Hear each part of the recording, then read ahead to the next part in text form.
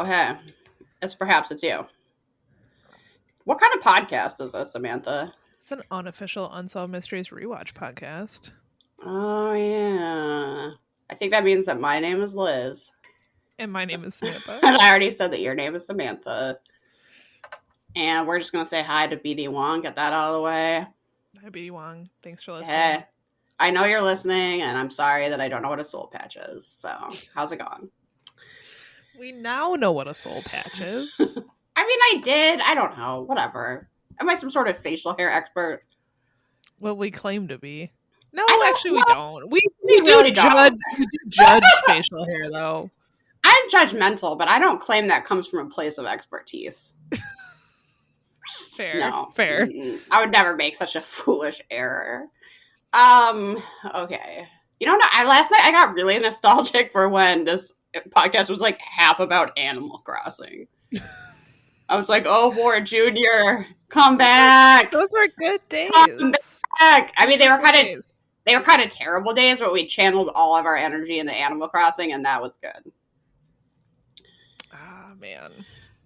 I really want to know what Wart Sr. is up to. Wart Sr.'s out of the picture. We don't bring that up. Oh, that's sad, but for the best. I can just assume. Okay, do we have any updates? I have an update. Ooh, I'd like to correct a salacious lie that has been spread about me. Yeah. I was not in prison for robbing a Chuck E. Cheese with a bedazzled gun. I was in a titty bar in Mexico. So okay, I would like to set the record straight. Mac only said that on Patreon, so most people have no idea what you're talking about right now. But yeah, since Samantha, I should have said, welcome back, deadbeat Samantha, finally willing to do her own podcast, because she was not around last time, and Arden had to fill in for her, and then Mac had to fill in for her for Patreon, because I don't know, maybe she had a lot going on, whatever. But on Patreon, Matt claimed that she was in prison for robbing a Chuck E. Cheese after dropping a bedazzled gun. And I think I said that you would put your own, return to Samantha address label on the gun. Bad move, Samantha. So that you were now, I wanted you to be recording the podcast from prison using your phone time, and you were not super into it. But those were all lies. Those were terrible lies. Of course you were at a titty bar in Mexico, and of course you tipped well, I know. Obviously. I'm glad I could set that straight for our listeners. Yeah. I don't have the information in front of me at all, but I did see that they recently caught a serial killer in France who had been at large for a really long time, and guess what? He was a cop. You can't see me because this is an audio medium, but I have my surprised face on. What? Oh, shocking.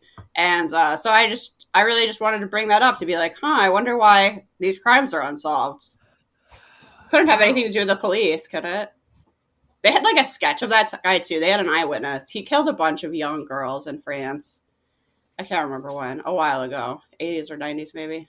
How did they catch him? Was it like DNA or... I think DNA was about to catch up with him. He was going to be brought in for questioning, and he killed himself. So he actually wasn't caught. He was not willing to face up to what he did, I guess. That tracks. Yeah. So they finally figured it out. Like, I wonder if the reason this guy hasn't been caught is because he's one of the police. And then it was like, oh, I'm actually going to just kill myself. Mm-hmm. And I don't remember what his, you know how serial killers have, a nickname because they don't know who he is? I don't remember what his name in French is, but it translated to pockmarked man. Oh, God. Because there was an eyewitness that had seen him leaving a building where a body was left, and he apparently had some bad acne scars. So everybody was going around calling him the pockmarked man all this time, which is kind of I don't know. It's kind of a funny low below and all of that senseless horror and tragedy. Yeah, I bet if you are a serial killer, that wouldn't be the serial killer nickname. No, I like it. Yourself. I like it though because you don't some of them sound like a little too cool, like the Night Stalker. I bet he was like, "Yeah, that's right, I'm the fucking Night Stalker." But does this guy want to be like, "I'm the pockmarked man"? I'm the pockmarked man. I like that he probably was like, "Oh, I thought I was going to get something cooler." Yeah, that And we really should give embarrassing nicknames to these people. It should all just be like impotent little bitch. And then I can't wait for the press conference where they announce that they caught the impotent little bitch. Impotent little bitch strikes again. And then it's just like, oh wait, he was one of the police. Yet again. Huh. It's shocking. Anyway, there's a lot more information about that if you're interested. Obviously, I don't really know what I'm talking about. It's just, I was like, I wonder how these mysteries go unsolved. Wow. Yeah. Couldn't be abuses of power or just like people not doing their jobs. Nah. Anyway, I'm glad he's dead. Sounds like a real horrible person. Yeah, real dirtbag. We're better off without him around. Oh! If you're listening to this and you have something you want to submit to the zine and you haven't submitted yet, now's the time. You got to send it in right now. Stop whatever you're doing. Pause this episode. Send me that email with your, I don't know, Wart Jr. fan art or your drawing of you kissing Robert Stack or, I don't know, a poem about a trench coat, whatever it is. Are we going to get some, like...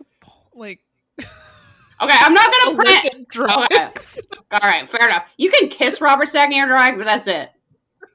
I'm a little worried about what you're putting out there into the universe to suggest that people send to us. No, not safe for work drawings, okay? I'm not going to print them. So you can keep those to yourself. Your fan fiction. We'll accept it, but it's got to be, I'm going to say PG-13. Yeah, you can curse or whatever, but nothing like too sexually explicit, please. Our eyeballs don't want that, like, to see that and have that trapped in our brain for all eternity. Like, I want some, I'm not consenting to that. Don't send me that. I don't want that in my brain forever. Your drawing of you, whatever, Robert Stack. No. You can give him a peck on the cheek. How about that? Yeah, that's fine. Went to a strange place so quickly in the episode. But, okay, we started season 6. Do you want to know when we started this season? Did you look it up? I did. I gotta know. This is still not, believe it or not, folks, we're on season 6, episode 22. This is not the last one. We still got one more. I made an announcement like, you'll be so excited. Season 6 starts December 10th. So we're coming up on a year. Not really, but like approaching it a little close to comfort that we've been in. Because of our many breaks and hiatuses and going to every other week, we've managed to stretch this out for, approaching. It's not going to quite make it to a year, but we won't be wrapping this up until November, I don't think. Well, this is what we have to do, since we'll talk about 5 minutes of the last episode every other week until we reach a year. Yeah. That would be fun. No, it wouldn't. Oh, yeah. That would be terrible. Nobody wants that. But I was like, oh man, it feels like season 6 has been going on forever. Well, that's because it has. I don't even remember all the shit we talked about this season. Nope. It's all a blur. Yeah. It's all a mysterious blur. But Samantha has our first mystery, and it's real long. So I don't know how you listen to your podcast. Maybe you're at work, maybe you're in the car, but if you're at home, like, fucking settle in. Get that popcorn out of the microwave, because you're going to be hearing Samantha's voice for a while. Yeah, sorry about it.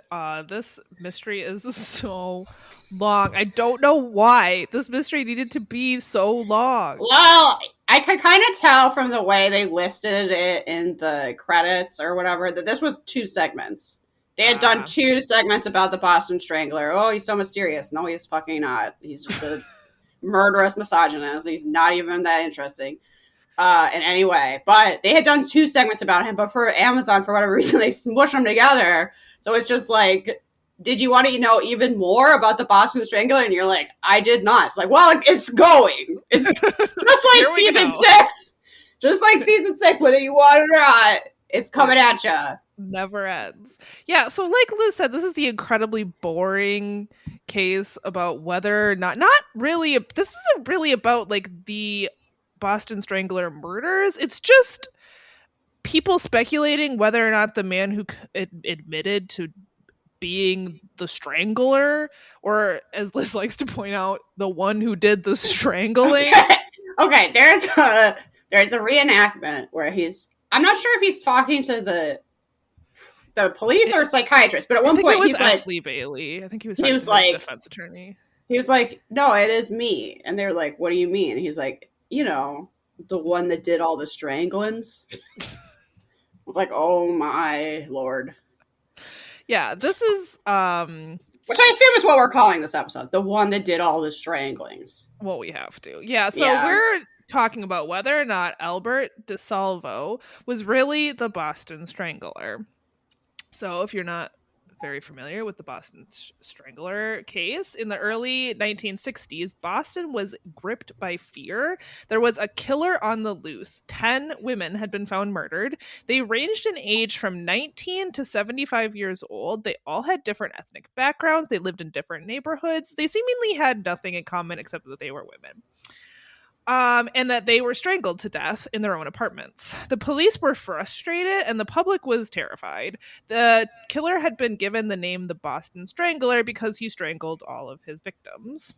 And he was in Boston. It's very creative. Yes. But in a way, too catchy. A little bit. Something about the word strangler. I don't know. I don't like it. It's a little too decisive. Yeah. I'm trying to think of a better nickname for him, which could be like huge letdown no one likes, or thinks he's too suave. Yeah, because he really does, and it's real annoying. Dude, you would 100% avoid at bar. Like, that would be a better nickname for him. Absolutely. So we meet author Susan Kelly, who wrote 2 books about the Boston Strangler case, and she describes the mood in Boston at the time. She says that there were stories of women rushing out to dog pounds and adopting every available mutt they could find. Locksmiths reported a run on their businesses. People were frightened by this mysterious person who was running around strangling random women, which you could understand. Like, he seemed to be just striking randomly because these women had nothing in common. It was happening all over Boston. I'm sure if you were a woman in Boston, you thought you were absolutely going to be next.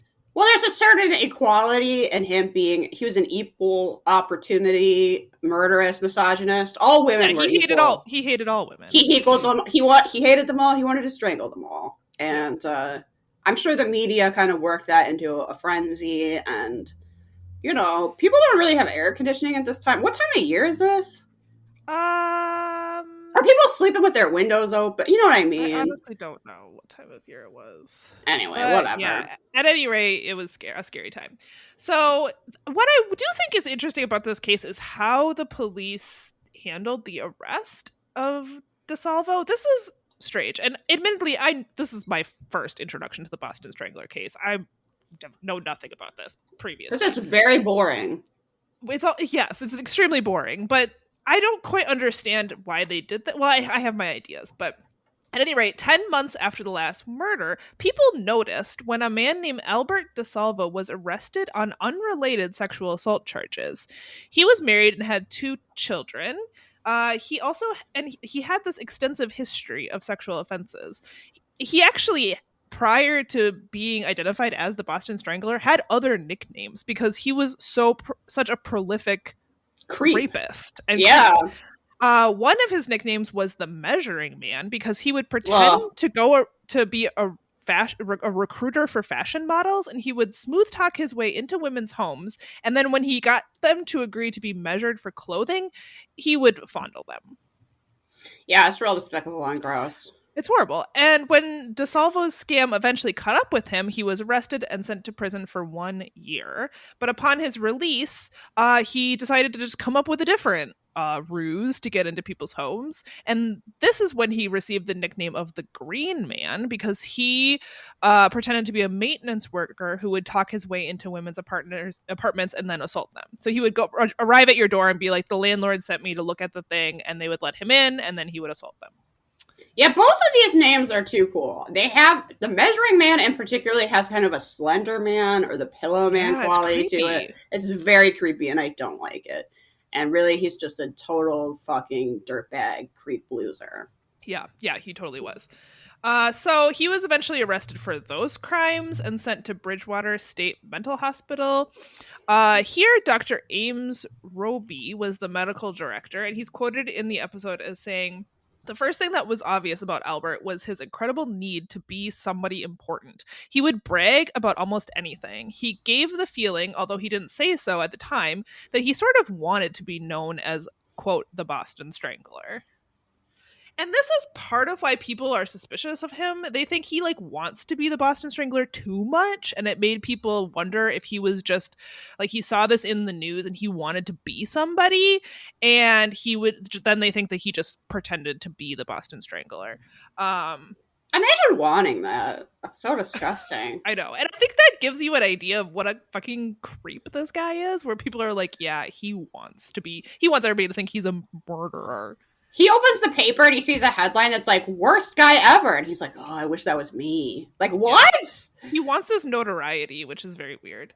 So 3 months later, George Nassar, another inmate at Bridgewater, had an odd conversation about the Boston Strangler with his lawyer, F. Lee Bailey.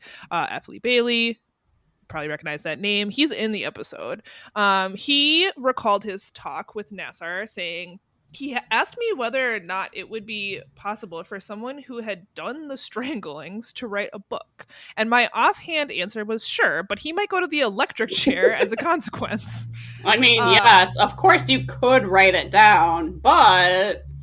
Yeah, but you might be in prison or dead. So later on, I was asked to go down and see this fellow, Albert DeSalvo, by my client. This is a little convoluted. So Bailey expected to come face to face with a monster. Instead, he met a married man with 2 children who seemed concerned about his family. Which, I don't know. Not that concerned. No. So he said, I was a little incredulous because everybody develops a profile. You're looking for a monster, someone that, you know, he says their jowls are dripping, and it just didn't seem to fit. So, I don't know. This guy's teeth were not sharp enough. He wasn't foaming at the mouth, so he couldn't have been the Boston Strangler. Well, the thing about all of this speculation is nobody is saying he's not the Measuring Man or not the Green Man. Everybody's like, oh yeah, he's definitely a rapist and a perverted creep. But he seemed like a nice dude. It's like, hold up. What? Don't understand. This is what I do not understand about this segment, is that I don't really understand why people don't think it was him. Like, he just escalated. Like, he looked too nice or something. I don't really understand. It's totally like, I mean, I don't know if you call that white supremacy, probably, but it just didn't fit the image I had in my mind. This just seems like a normal guy, and it's like, what is a guy? It's not also, literally the devil. Yeah, and he admitted in at least the reenactment, I don't know if this is a direct quote, but in the reenactment, they asked him, like, how many homes did you go into when you were, like, out doing these ruses? And he says, like, hundreds or thousands. Yeah. So he is out here assaulting hundreds of people. That maybe thousands of people. That might be an exaggeration on his part, but, like, so he is actually a monster. He just doesn't look like a storybook ghoul. He's not actually a werewolf. People seem like shocked. I thought he would be the mummy. Yeah, it's because he did those ruses so much, he got caught twice. Like, in the 60s. Think about that. Like, how many times he must have, even if he's lying about the, like, 600 or whatever, that he clearly did it so many times. It seems like all he was doing. So that was his full-time job was just molesting. Seems like it. So according to Bailey, DeSalvo confessed that he was the Boston Strangler. You know, the one that did all the stranglings. Yep. He said, quote, I had no way of knowing whether or not he was telling the truth or if he was fantasizing because he was crazy or had read a lot of things in the newspaper and wanted to be famous. So yeah, he doesn't know if he's telling them the truth or not. He doesn't even know this guy. He's not even his client at this point. So 2 days later, Bailey returned to Bridgewater with a tape recorder and a list of questions. With DeSalvo's permission, Bailey had struck a deal with the Boston police. This is where it gets interesting. They would provide Bailey with details only the Strangler would know as a way of testing DeSalvo. In return, Bailey was guaranteed that the tapes would never be heard in court. So I think, and I don't, without really knowing, that they just wanted to find out if he was the Boston Strangler. He was going to go to prison for these assaults. Like, they just wanted to know, like, is he the one? Can we, like, put this mayhem to rest? Because the city is in an uproar. Everything's chaos. People are fucking terrified. We need to know, is he the Boston Strangler? Do we have him? Or is that guy still out there strangling? Right. So they agree that, okay, Bailey, you've got this, like, rapport with him. Go in there. See if you can get him to admit to these things that only the killer would know. And then, you know, in return, we won't use these tapes against him. So that's what they're doing. And that's what he did. His descriptions of the crime scenes were so accurate that it convinced F. Lee Bailey and the prosecutors that he was the Boston Strangler. But when Dr. Ames Roby heard the tapes, he was not impressed. He believes that there was another explanation for DeSalvo's knowledge of the crime scenes. He says that Albert indicated that he had gone to the various sites that the newspapers had named after the police tape was off the doors in the apartments, just to sort of be there and see what was going on. So he thinks that more likely than it being him? It's so convoluted, isn't it? Really, my impression from some of these folks is that they just really wanted to believe that he wasn't the Boston Strangler for some reason. I don't know why, because he admitted to it. He was going around assaulting people. He knew all these things that only the killer would know. So the stranglings stop while he's in prison also. Yes, there's that. Nobody mentions that, but that seems like, I don't know, a bit of a clue. A bit of a clue, yes. So Dr. Roby says that DeSalvo had a photographic memory, and he may have visited the victim's apartments, or perhaps he was just repeating what someone else had described to him. Or the easier explanation that he's guilty. There's no evidence that he was repeating anything, so I don't know. And then Roby inexplicably began to believe that DeSalvo's friend, remember George Nassar, who had tipped off F. Lee Bailey, he was somehow involved. And this is why he thinks that. Apparently, the other inmates in the prison wouldn't go near George Nassar or Albert DeSalvo. They just, like, completely steered clear of them, which maybe they're just creeps. I don't know why that means that they were, like, in it together, or that George Nassar was actually the killer. The other inmates not liking them is only evidence of them being unlikable, and it seems like they probably were. So I don't get that at all. I don't see why that would point to the other guy being the Boston Strangler. Like, maybe they're avoiding him because he is the Boston Strangler, and he's, like, friends with the other dude, so they're avoiding them. Yeah, because they're like, that guy is actually fucked up. Like, I just steal cars. Like, right. I don't want anything to do with whatever that guy is into. That guy has issues. Yes. So George Nassar wasn't a good dude. He was in prison for killing a gas station attendant shortly after the Strangler killed his last victim. Nassar agreed to discuss his role in the case and his relationship with Albert DeSalvo for the first time to Unsolved Mysteries. Whoa. And he tells Unsolved Mysteries that he was simply an associate. He said, I've done the same thing with many other prisoners. People come to me and ask for advice. I give it to them. If they say, if it's worthy of me assisting them, I assist them for my own reasons because it's a nice thing to do. So he just is like, well, I was his friend, whatever. He's just a guy I talk to in prison when I have literally no one else to talk to. It's like not really that big a deal. Right, exactly. So the Massachusetts Attorney General ordered that the news of DeSalvo's confession be kept under wraps. Within the police department, there was a split over whether DeSalvo was, in fact, the killer.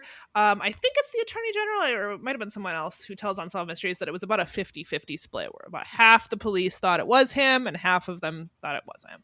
At this point, Robert Stack says, inevitably, someone leaked the story of the confession to the local papers.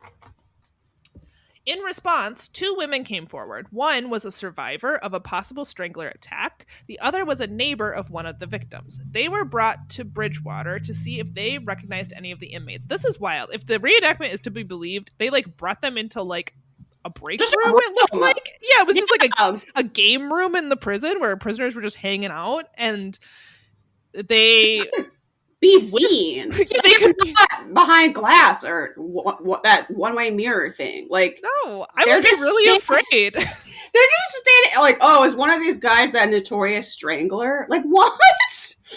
Who might come back for me and finish the job? Yeah, it was bizarre. Yeah.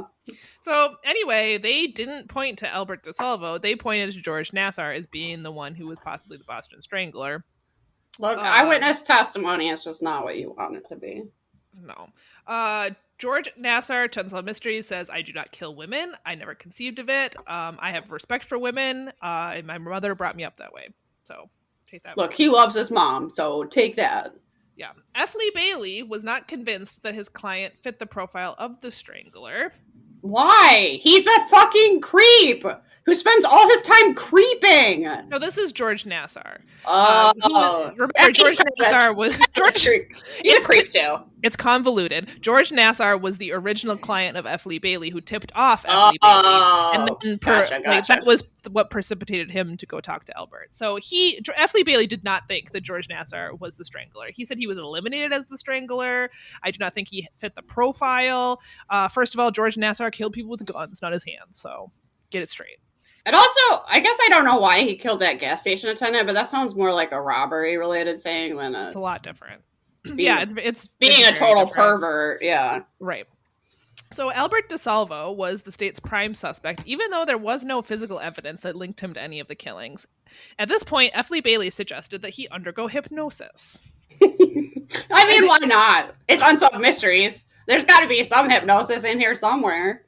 If this reenactment is how the hypnosis session went, this is the most bogus thing I've ever seen. I hope this is accurate, like, down to the tiniest minutia.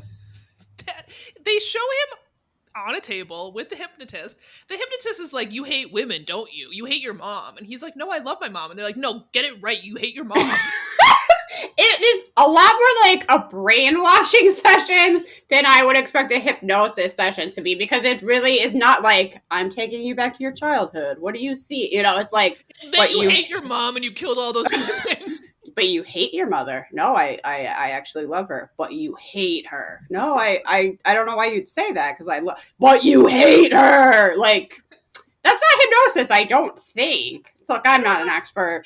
Could that even be evidence? That's about as leading as no. it could possibly be. Look, this guy is the Boston Strangler, but that cannot. It's not acceptable.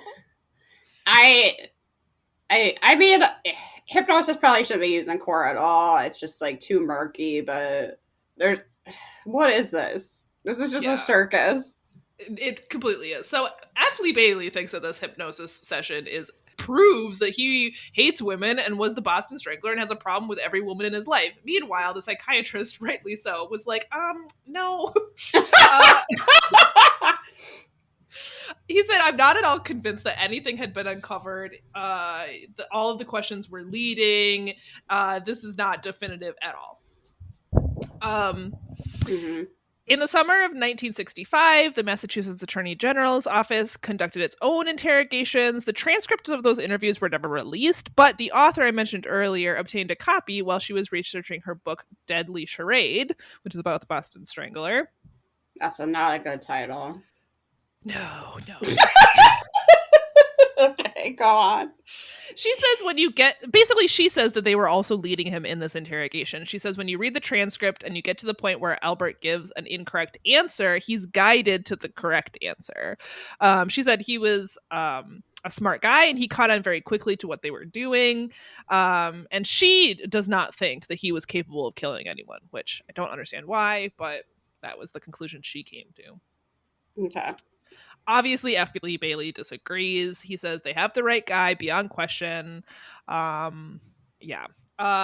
Lee Bailey struck a deal with the state in which Albert DeSalvo went on trial, but not as the Boston Strangler. Instead, he was tried for the sexual assault charges and other crimes in connection with the Green Man case. In return, the state agreed not to press for the death penalty. Makes and sense. like I said, I think law enforcement just wanted him behind bars. They were like, as long as we can get him off the street and not strangling anymore. We need to stop the strangling. Yes. Yeah, I think this. I mean, it makes sense as a deal. Absolutely. Right. And that's basically what F. Lee Bailey said. He says, that's all we wanted. Nobody wanted him on the street. And he said even Albert didn't want to be on the street. He just asked that he not be executed. So that was the deal that they agreed on. Less than 4 hours of deliberation, the jury reached a guilty verdict on 8 criminal counts. DeSalvo wanted to be sent to a mental hospital, but his insanity defense failed and he was sentenced to life in prison. Let's see. This is the longest thing ever. Yeah, I wrote that down too. I just wrote down this is way too long at one point. I'm kind of skipping over some things. So, outside of prison, according to Unsolved Mysteries, DeSalvo had become a legend. He was the Boston Strangler, but inside, he feared that this fame made him a marked man. After more than 6 years behind bars, he asked to be transferred to a cell in the prison infirmary where he would be isolated from other inmates. And then on the so this is where things get weak. Oh, I mean, it's already weird. But on the evening of November 25th, 1973, DeSalvo telephoned his former psychiatrist, that's Ames Roby. Ames Roby says that that DeSalvo wanted to talk to him. He wanted to give him the real story. He didn't say over the phone, and he would not give details over the phone. He wanted to talk to him in person the next day. Unfortunately, DeSalvo was murdered that night, so Roby never got the real story. He was discovered in his cell, murdered. He was stabbed repeatedly in the chest. Some believe that DeSalvo was involved in a drug deal gone bad. Others, including his friend George Nassar, believe that he was killed over a dispute over cuts of meat that he was allegedly selling in the prison, like, underground. What? Selling cuts of meat? How does that even work? I don't know. They didn't say. I assume he was like, maybe he worked in the kitchen. Getting extra food. Getting extra cuts of meat and then selling them, and there was a dispute and he was stabbed in the chest over it. Were they cooked? I'm picturing just like raw, like, come here, boys, get your raw steaks. And they're like, we're in prison. I've never heard cooked meat referred to as cuts of meat, so right? I'm picturing raw meat, but maybe it wasn't. I don't know. Why would they want it? I don't understand. I don't know. But he was murdered. People, of course, people think that he was murdered to, like, shut him up. Someone literally said "dead men tell no tales." I don't know who that was. It was Captain Jack Sparrow. I don't know why he was in this episode. That's odd. It was weird. It was weird. Odd crossover. He pops up next to Robert Stagg. 3 inmates were eventually charged with DeSalvo's murder, but none of them were ever convicted. I wrote this down. This is important. Did Samantha kill the Boston Strangler? Over cuts of meat? Yeah. Wasn't on the last episode. I was... You were killing him over a chicken nugget. Look at between me and my chicken nuggets.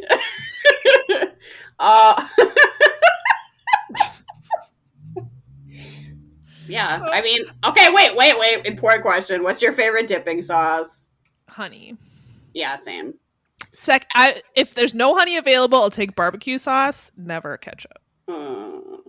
I can never remember which fast food restaurants have honey and which don't, and I'm just perpetually disappointed. It's a state of my life. Gotta be honey.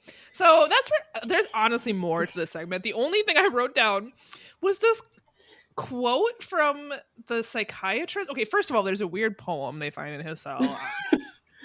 Guess what? It's not very good. No. You'll be shocked to know that. That would have been a twist. What if it turned out he was like a brilliant poet and they like found his poems after his death and they were like, these are the most beautiful poems the English language has ever produced. Huh, too bad he strangled all those people. But no, it actually sucks. It definitely sucks. The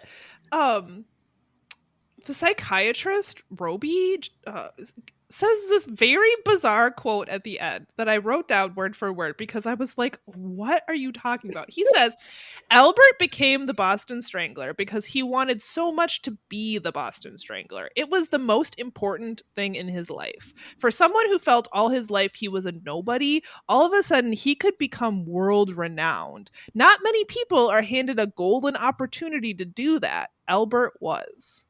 I think he's saying that he confessed even though it wasn't him. A golden not many people have been handed a golden opportunity to admit to strangling 10 women or possibly 12. Yeah, it's basically like Charlie and the Chocolate Factory. That was his ticket. It's his golden ticket to notoriety. I understand what he's saying, and I kind of get it, although he was the Boston Strangler. But who would describe it as a golden opportunity? I guess only if you're in the mind of a sicko. I guess. I mean, maybe to him it was. Anyway, maybe that guy was like, I wish I had an opportunity like that. Man, oh man, oh man. Wish someone would hand me a golden opportunity to admit to murdering I wish everybody women. I wish everybody knew me as the impotent little bitch, but no. So the update to this is that on July 11th, 2013, Boston police released information that they had discovered DNA evidence linking DeSalvo to the murder of Mary Sullivan. She was the last victim who was thought to be a victim of the Boston Strangler. They found DNA at the scene that was a definitive match to a nephew of a certain match to a nephew of DeSalvo.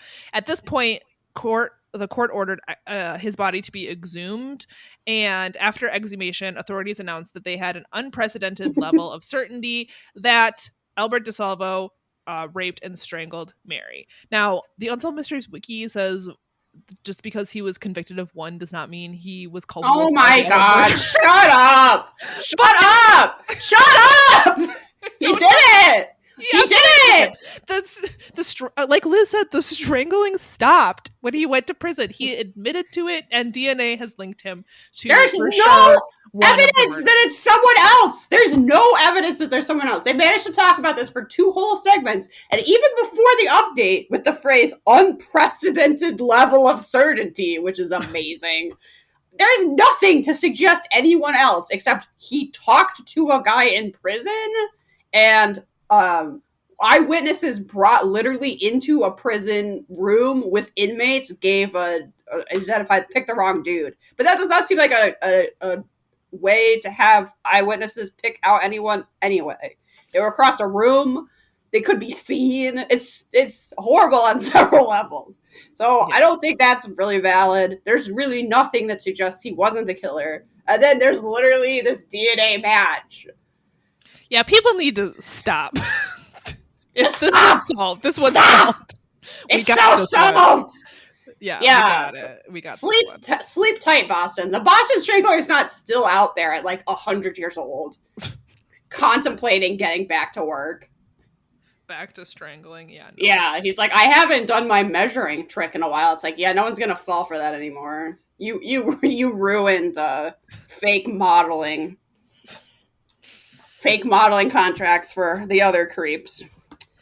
I do really like that phrase, unprecedented level of certainty. It's like, oh my god, stop. It was him. Like, I know. I feel like they are a little done with the speculation that it could have been someone else because... Yeah. I mean, if it's someone else, it's someone with an incredible amount of self-control that when someone else went down for it, they're like, if I stop now, no one will know. What I will say is that what's interesting about this case, and that Robert Stack points out at the very beginning, is that the Boston Strangler case was actually never prosecuted. DeSalvo never went to court for this case. No one has actually ever been arrested for the Boston Stranglings. So can you imagine this other guy probably living his whole life thinking they're going to come arrest him someday? Oh my god. Because technically the case has never been prosecuted. I mean, at this point, they have an unprecedented level of certainty, but probably lived his whole life thinking any day now they're going to come arrest me for this. I just want to kill gas station attendants like a normal criminal. Right. I hate strangling. He's wearing a t-shirt around that says, I'm not the Boston Strangler. And people are like, That's a little... A little much. I have questions that you're acting like are answered by your shirt, but why did you have that made exactly? What if everyone in Boston was wearing that shirt except him? That's proof. That's how he was caught. Okay, we have a lost love now. And even though I usually am not into a war story, sorry, Rochelle, I actually kind of like this one. This is captivating. I like this one too, but man, it is rough. It's sad. It's sad, but it's very compelling. So, Robert Stack comes out to tell us that even the tragedy of war is sometimes eased by the occasional acts of kindness and compassion. And that's so what true. So true, Robert Stack. This is what that story is about. This is back in World War II, formerly the Czech Republic, now referred to as Czechia. This is the story of Helen Elash, who was born in 1927 in the village of, oh, I'm so sorry, I'm going to say that wrong, so let's just keep going. So when her mother died, her life became a nightmare. Her stepmother didn't like her, and her father regularly beat her. He apparently was so sad. No, he apparently was nice to her other siblings, but Helen believes that he somehow blamed her for her mother's death. I'm actually not sure how her mom died, but whatever. It doesn't really matter. Did she die in childbirth, giving birth to her? I mean, that's not her fault, but I don't understand why a child would be blamed for something like that. I have no idea. That's not made clear. No matter what, he's a shithead. Anyway, so okay, this girl is like they don't specify, but. By the reenactment, I'm guessing she's like 8 years old, and she finds work on a nearby farm for food and clothing, like picking cabbages and stuff. They hand this girl in the reenactment a cabbage that is bigger than she is. I know. And she had to do that just to get stuff to eat, but then would have to go home to her horrible house to sleep, and she didn't want to. So she spent a lot of time in the woods, just sometimes sleeping there, so she didn't have to go home. And she used it just to escape her horrible life. And there's this really cute reenactment of a girl like feeding a little deer. Oh my god. So anyway, sometimes she would sleep in the woods. She got to know them very well. And one day, as every child dreams, she discovers a fucking secret tunnel in the woods. And this is actually part of a network of underground passages that all lead back to this medieval castle on the outskirts of town. But everybody seems to have forgotten that these passages are here, even though they're like right under everyone's feet. And it completely blows my mind with childhood wonder of the idea, even if you weren't in a really crappy situation, but particularly like, oh my god, here's where I can escape. This magical, mystical, like, oh, the secret underground tunnels. This is like a fairy tale. She has an evil stepmom. Yes. She has, her best friend is deer and wild animals in the forest. And then she has a secret tunnel that leads to an abandoned castle everyone's forgotten about. Yeah, she's spending her time in a cabbage patch and then in a secret underground tunnel. And because her will to survive is like way better than mine, she sets up like a living quarters in the tunnel with like a bed made out of hay. And in the reenactment, she's got like her little dollies there and a candlestick. Yeah, she like sets up like this little warm place to sleep when she doesn't want to go home. Well, because when she didn't want to go home previously, she just slept on the ground in the forest and got rained on. Yeah. So cut to 1938, the Nazis invade the Czech Republic. So, and then by 1943, the medieval castle that all of these tunnels connect to is taken over as Nazi headquarters. By this time, Helen is now 17 and hated the Nazis because she's a smart girl. So she was still using that underground tunnel as a secret hiding place. One day, she's in the forest and she sees a small plane like literally catch on fire like above her and crash. So she runs out to the plane, which was an American bomber, and like runs over to them and tells them to follow her. And she directs all the soldiers to her secret hiding place, warning them that there were Nazis everywhere, and so they had to, hide. She then takes it upon herself. How old did I say she was at this point? 17. She takes it upon herself to care for these men. I don't quite remember how many there were, maybe 7. Seemed like a big group. Yeah, she takes it upon herself as a 17-year-old with like no support to care for these 7 men that are living in an underground tunnel, 2 of whom are injured. So they show a reenactment of her going through the hospital trash to find bandages and ointments and stuff that they can use for their wounds. She told no one because she didn't trust anyone not to snitch. And in fact, she told the local baker that she also doesn't have any money, right? Like she's picking cabbages for food. So she tells the local baker that she's helping out a widow, a recently widowed woman With who has 12 children. 12 children. And the baker feels so bad that he's giving her all this bread. So she's bringing the bread, and they also show her like picking stuff in the field and like throwing it into the woods so that she can bring it to the soldiers later. I don't know why she's instantly like so loyal to them, but clearly she just like needed someone in her life that was not terrible to her, and she feels this like basically a maternal instinct, even though they're older than her, to take care of them, and it becomes like her mission. She doesn't seem to care about anything else. She's scamming people out of bread and throwing like radishes into the woods. So this worked for a couple weeks until she was betrayed by her own evil stepmother, who tells the Nazis that something is up. But before the Nazis could get to her, Helen goes to the church and confides in the priest. And he's like, my child, what's wrong? You're clearly very upset. And she's like, look, I'm scared. I don't know what to do. I don't know if I can trust you. And then the priest is like, you can trust me. I'm actually part of the secret underground resistance. And she was like, oh yeah, prove it. Which is just kind of amazing to me. And he's like, okay, come back tomorrow. So she goes back the next night, and they're in the confessional booth, and he shows her that he has a two-way radio to communicate to England. And the person on the radio is like, you can trust the priest. He's part of the resistance. It's so cinematic. They should totally make a movie about this. Okay, anyway. It's so dramatic. So then she's like, okay, fine. Priest, let me tell you, there's these 7 soldiers that are hiding in this tunnel, and I've been feeding them, and 2 of them are hurt, and I'm pretty sure the Nazis are going to pick me up, so you need to, like, help them out. And so the priest's like, okay. This, like, if the reenactment is accurate, basically she leaves the church, and then Nazis sweep in and pick her up. I know. Because her stepmom is such a fucking bitch. So the Nazis pick her up, they throw her in a car, and they interrogate her and beat her for 3 days. And basically, they don't really know what's happening. They just, like, know she's been acting suspicious. And so they're like, do you know, like, where someone's hiding? Do you know this? Do you know that? And she just keeps saying that she doesn't know. And Helen tells us that she was prepared to die before telling them nothing. This woman is a fucking hero. She is so brave.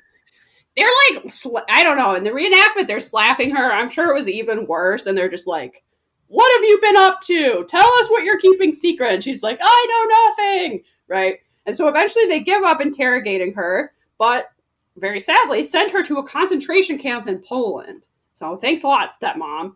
And while she's in this concentration camp, she is used by SS doctors as a human guinea pig for medical experiments. Blech. Where she's injected with unknown drugs and medications. This goes on for 2 years. But you already know that Helen survives because she's been like talking to you this whole time. But she does survive. The camp was liberated in 1945. By 1948, Helen married a fellow Czech refugee and they immigrated to the U.S. We learned that the SS experiments left her unable to have children. However, Helen feels that saving the airmen was worth this sacrifice, and she regards them as almost her sons.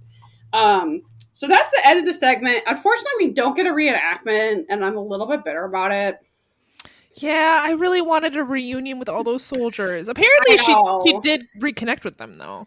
Yeah, the text comes up as an update to tell us that they were reunited, and she was even invited to the White House to be honored by by President Bush for her bravery, which I'm glad that she got some recognition for that, because she really did put her life on the line, and it changed the course of her life, even, that she risked everything for these people she didn't know, that weren't even her countrymen. She just hated Nazis that much. And she had, like, no loyalty to her family or town. Where she was like, oh, you're going to get Nazis out of here? I love you. I'll do anything for you. I'm going to steal. This story is amazing. It really it's very compelling. I think they should make a movie about it. Good job, Helen. You're a hero. I completely agree. Okay, we've got one last mystery. This one's really fast. And, I don't know. There's not a lot here. This is an unexplained death. We are looking for the killer of 19-year-old Kevin Wheel. So Kevin Wheel was living in Hawaiian Gardens, California in 1991. This is a suburb just south of Los Angeles. He was gunned down by 4 suspected gang members. I don't know if there's any evidence that these people were gang members whatsoever, except that he apparently had friends who were in the Hawaiian Gardens gang. I don't know if that's actually like the name of it or if they're just people who are suspected to be in gangs who live in Hawaiian Gardens. I don't know. But his mom. Look, they just keep saying gang activity over and over again, so you have to assume it's true. But there is literally no evidence connecting this to gang activity. It's just there's no other explanation, I guess. No, there isn't because they have no evidence whatsoever. He was driving the night he was killed. He spent the evening at a friend's house and was driving home around 11:30 p.m. when, according to eyewitnesses, a car began to follow him and then opened fire. Kevin was struck twice in the head and 3 times in the back. An hour later, he was dead. And that's it. They don't know. They didn't get a license plate. I'm not even sure there was a description of the car. It was very dark out. This could have been a road rage incident. I mean, there's no one knows. No one has any information. Who this could have been. The only reason they speculate that it was gang activity is I think this whole town was afraid of gangs for some reason, and he was apparently known to have friends who were in a gang, but he wasn't in a gang. It kind of just sounds like people that went to his high school were in a gang, and he like might have talked to them. Like it's not even like they were his close friends, or they were at his house a lot, or like he knew people that were in gangs. That's it. Yes, that is. It just seems like he went to school. Like that seems to be. So there's shot him. Yeah. So it must have been gang members. I don't know. Maybe not. Maybe they just thought he was someone else. Like it could have been a mistaken identity. Yeah. Like that seems as likely to me as it's gang related. Maybe he pissed someone off at a party. Yeah. Who knows? Literally, who knows? So, his poor mom, she peppered the town with flyers.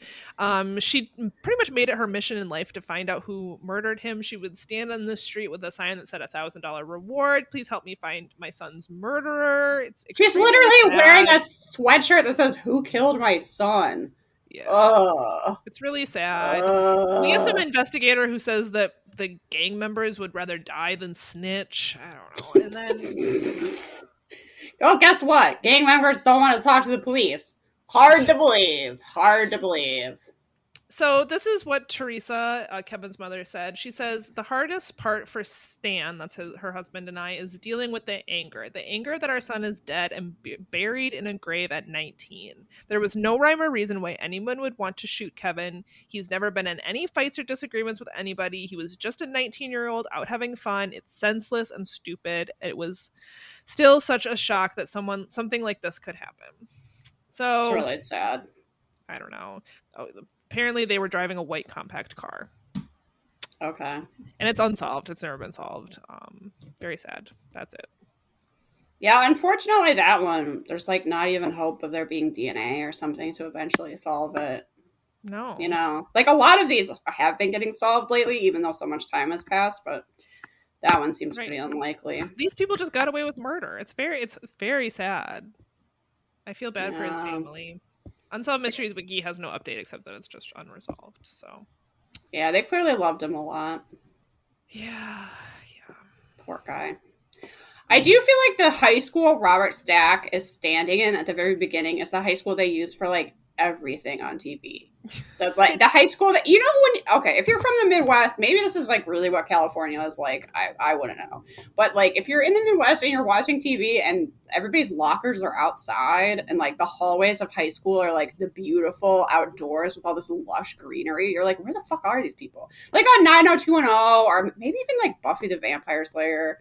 I'm trying to think of like, I know I have seen that high school. I think we've all seen it probably hundreds of times that it's just like by LA and convenient to film at, but looks like no other high school on earth. I mean, I wish I went to a place where we could like eat out in what looks like a fucking botanical garden for every lunch, but that was not my reality. It was lovely. Anyway, that's it. That's all I got. Yep. That's all I have too. Should we rate it? I guess we have to by law. Mysteriousness. Okay. The Boston Strangler could not be less mysterious, actually. And Helen's case is not mysterious either. And your last case is, but it's more just sad. So I'm going to say thumbs down. I'm going to say thumbs down because this last one was like a minute long, too. It was so short. So It did not much of this episode was mysterious. It did not build the mystery. It was just like, we hope we find who killed this kid. We didn't. That's it. Reenactments? I actually thought the ones from My Lost Love were pretty darn good. I really liked them. Yeah. Robert Stack made a point of saying that they went to Czechia to film them. I don't know if that was like really the tunnel or whatever, but it definitely looked like it could have been. So I think they did a good job with those. It was very cool. I liked the reenactments in the first one too, actually. The hypnosis reenactments were very dramatic. Okay, yes, that's wild. I don't hate my mom! Yeah, thumbs up. Thumbs up. Fashion? Kind of unremarkable. Yeah, I didn't notice anything. No. Even though we have some things in the past, they weren't like very fashionable times. It's not like the Boston Strangler himself was serving looks. So, no. What a phrase. That would have made the case more interesting, at least. At least. Yeah, thumbs down for me. Yeah, I'm not impressed. Did you notice any good mustaches? I feel like... No, I didn't draw a single one. Were there even any mustaches in this episode? I didn't notice any. There might have been Hitler, but that's it. No, I'm not drawing that. So, I didn't draw a single one. No MVM. Do people even know that means most valuable mustache? Well, it does. I feel like we haven't said that in years, but that's what that stands for. Yeah, no MVMs in this episode. And Robert Stack, does he get I think he gets a thumbs up from me. I thought he did a good job in this episode. I like the locales. You can always tell he's kind of excited to do a war story. I guess I liked seeing that very bougie high school. Sure, thumbs up. I feel like that's generous, but whatever. I just want to agree with you. Yeah, thumbs up. Thumbs up. Why not? Robert Stack gets a thumbs up. So, on our Robert Stack scale of 0 to 5 Robert Stacks. Oh my god. The thing is, the Boston Strangler part really drags. So, yes, it's a way too long. But I also loved Your Lost Love. I know. I'm going to say 3. Yeah. Really, I honestly, think it needs more than a 3. That story was so good. I almost think like 3.5, 4. Not 4. It definitely doesn't deserve a 4. 3.5. Let's do 3.5. But I'm gonna say you should probably just watch The Lost Love. And people are like, I don't like The Lost Loves. No, this one is very interesting, and you should watch it. This one's really good. And if you don't like Lost Loves, how dare you? I mean, that was off at the beginning of the show, but at least we learned our lesson.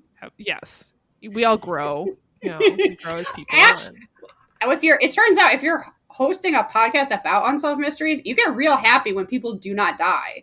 So we changed our. I think at the very beginning we're like, so boring, and then after a while we're like, oh, and everyone lived. I love it. It's the best segment they ever had.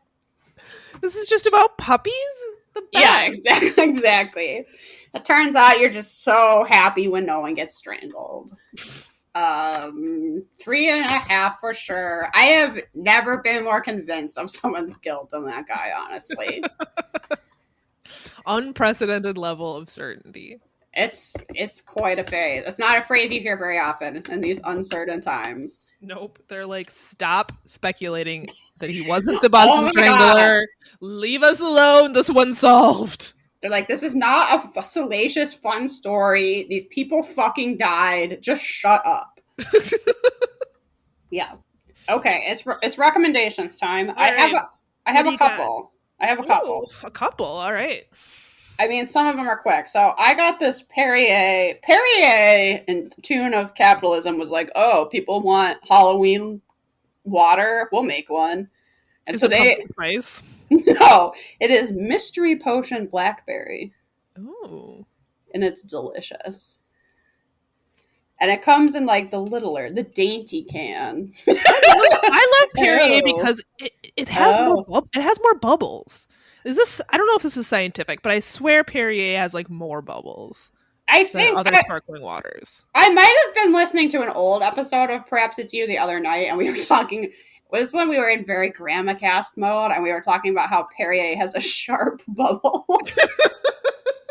But I actually feel like this particular water doesn't have a sharp bubble. Oh. It's softer somehow, but it is very carbonated.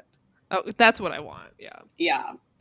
You know, your salter waters come in different levels of carbonation. This is very carbonated. I think it's delicious. It tastes sweet somehow. I don't know. I'm into it.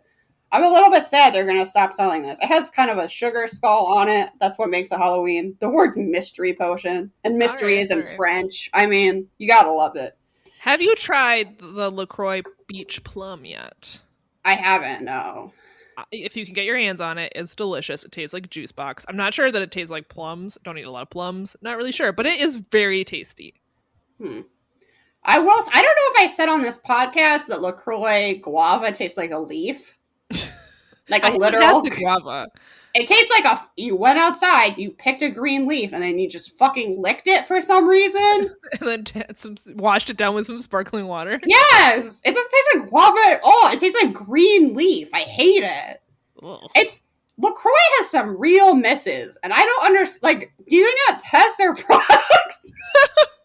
Do they just make gigantic batches of them, and then they're like, oh shit, no one likes this? Too bad. We gotta keep making key lime. That key lime was disgusting. It tastes like dust and sadness. I don't understand. Some people really like it. That's a divisive flavor. Well, they're entitled to their wrong opinion. Yeah, that's key lime LaCroix is disgusting. That's exactly how I feel. When people are like, "Would you like a LaCroix?" and I'm like, "Absolutely." And it's like, all I have is key lime. It's like, I'd rather die. So. Never. I guess I'll just go stick my head in the toilet like a dog. I'm not drinking that. Okay, so this was the week that everybody talked about Squid Game, and they were right to do so. That show fucking rules. That was the best part of my week was watching that. Oh my god, it's so good.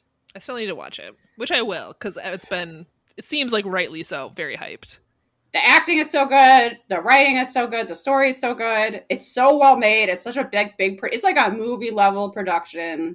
You know how Netflix always acts like everything they do is like movie level production, and you're like, yeah, okay, like not a good movie though. No, this is actually like very like top tier shit. It's so good. It's so worth the hype. I don't even know. Like, do I really need to say anything else about that? Everybody knows it's good. Or they've seen it.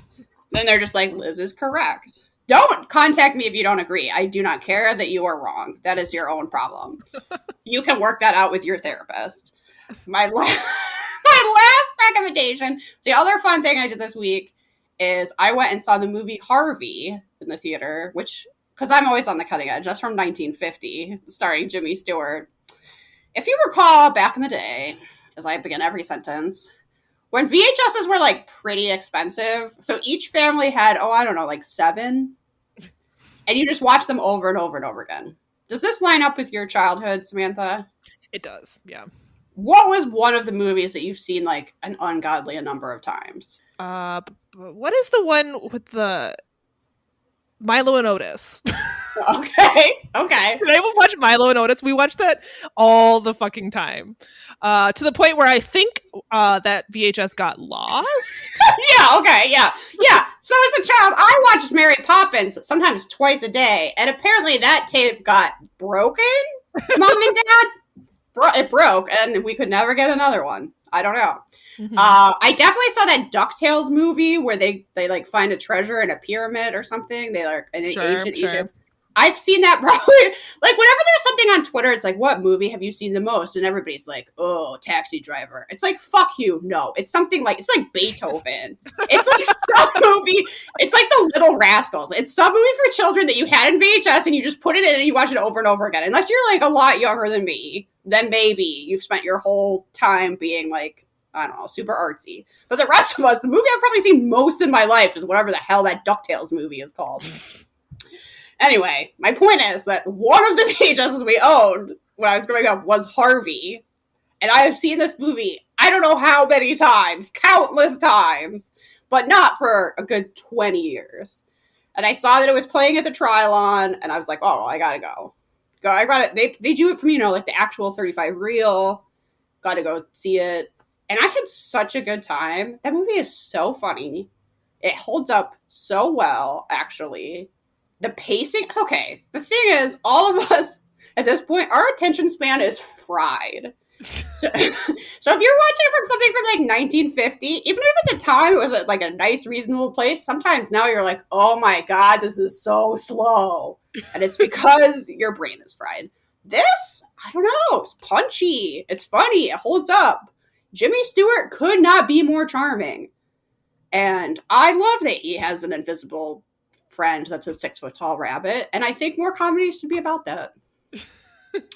I do not know if this is streaming anywhere, but this is 100%. I guarantee no matter what library system and you are in, your library has this movie. You'll be able to find it. Yeah. And I had such a... it's so good. It's so charming and it's so hilarious. Nice. Yeah, that's my recommendation. Great recommendations. I don't know if we've ever had 3 recommendations from one of us. I'm not even sure unprecedented. Squid Game really counts. I'm just like, if you've seen that there's a ton of hype, it's actually deserved. That's not like, I don't know. It's not some marketing thing. It's really that fucking good. Nice. Well, my recommendation could absolutely not possibly be more different. And okay. I honestly don't know if this recommendation is going to be useful to anyone who's listening. I'm actually very intrigued now. So, as many of you know, I have a miniature donkey. I adopted him. Is this where you expected this to go? Is this your first time listening to the show? Yes, I have a miniature donkey. We adopted him last year, about almost exactly a year ago. We adopted him, and his primary job is just to be a friend to my mother-in-law's horse. He needed a buddy. We wanted a donkey. It worked out. So his name is Elfie. He's very cute. You know how you have a horse in need of a friend and you wanted a donkey anyway? Yeah, it's one of those. Yeah. A tale as old as time. So he's very cute, but what he also is deer colored and vaguely deer shaped. It's a little wider than your average deer, but from a distance, he could be mistaken as a deer, which is a problem because it's hunting season in Minnesota. No! No! Don't worry. So the pasture where they spend most of their time in the warmer months, the area around there, people do hunt. And once it gets to be November, they don't go out there anymore. We lock them up closer to the barn because firearm season is going to open in November, and I definitely don't trust those people. But archery season opens a lot earlier in Minnesota. It opened at the end of September and goes for like 2 months or something.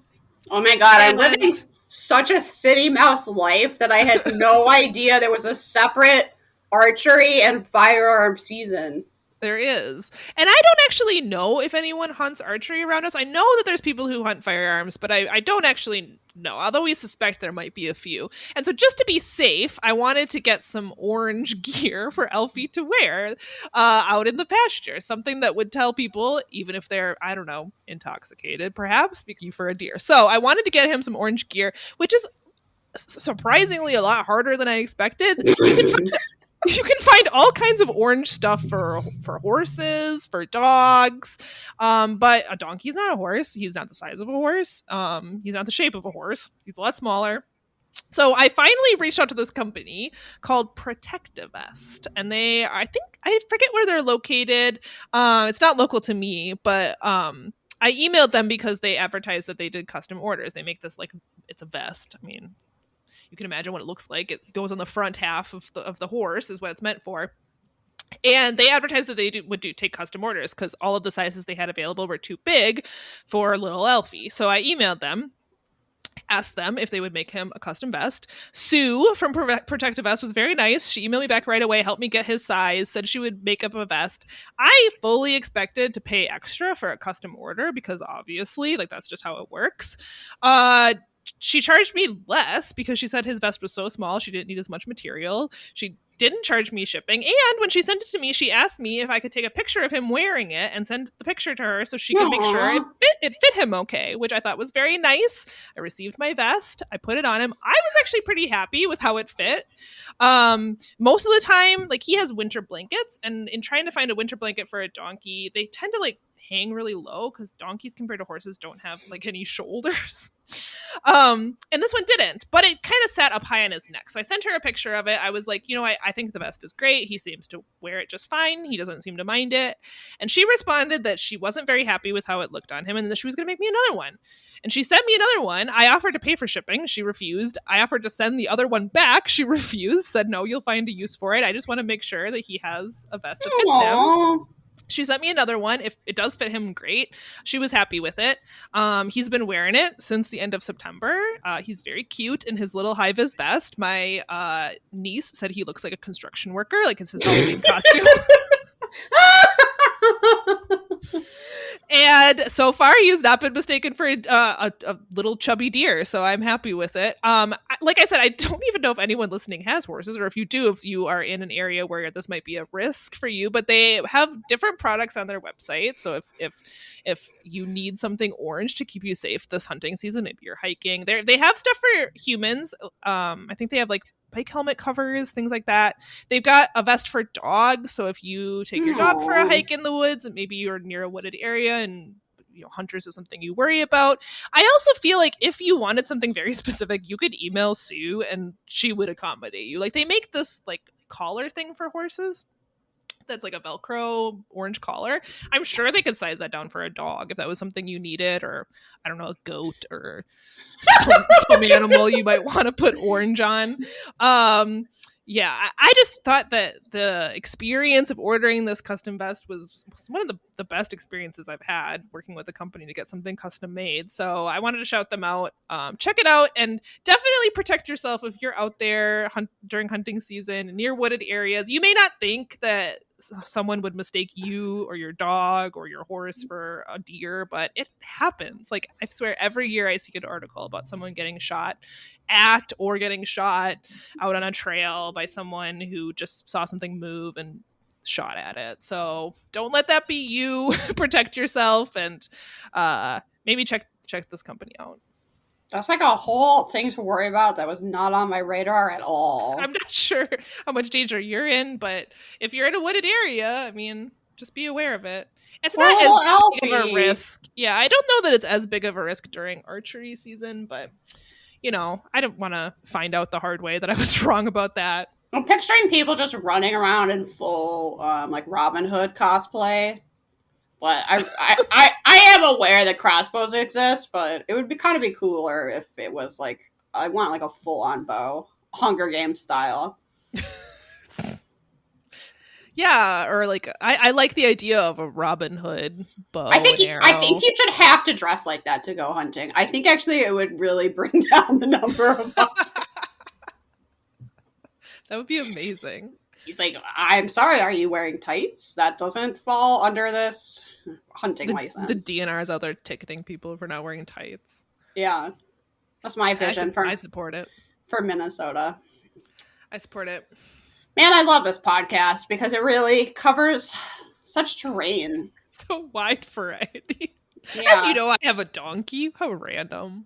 Yeah, I love it. Okay, well, that brings us to the close of this episode, and you should really join our Facebook group. We just had an awesome giveaway to reward people that are in there, and if you're not in there, you totally missed out. So you should join our Facebook group. We have social media, Twitter, Instagram. You should send us a spooky story. Yes, maybe email us. We're almost done with this season, so we got to do something at the end. Yeah, we want your spooky story of when you saw a ghost or a UFO or something darker than the darkness or New Michelle or some other terrifying thing. If you know what New Michelle is up to, send us an email. Perhapsitsyoupodcast, gmail.com. Someone should write like a ghost story about New Michelle for the zine. Some New Michelle fanfic. Yes. Yeah, I want that. If you're a creative writer out there, we need this for the zine. Get busy. Yeah. What is New Michelle up to? You can send those over also to us at perhapsitsyoupodcast. Yeah, send your zine submissions. And also give us a 5-star review, the only type we accept. And do Samantha a solid and hit that subscribe button. Do us a solid. You can also check us out on Patreon, patreon.com/perhapsitsyou. I think do we have like 45 bonus episodes at this point? And it's only $1 a month. Too many, honestly. So head over there. Check it out. Oh, shout out to Sri Lanka. We have slid in the Sri Lankan charts. Last time I saw we were at 88, so it's a little bit sad. Actually, I should have brought up as an update that to celebrate us doing so well in Sri Lanka, I recently had Sri Lankan food for the first time. Yum. It was delicious. I went to a place called Curry Diva, and I had the best customer service ever, and the food was amazing. So shout out to them. I'm sure they are not listening. But thanks, Curry Diva.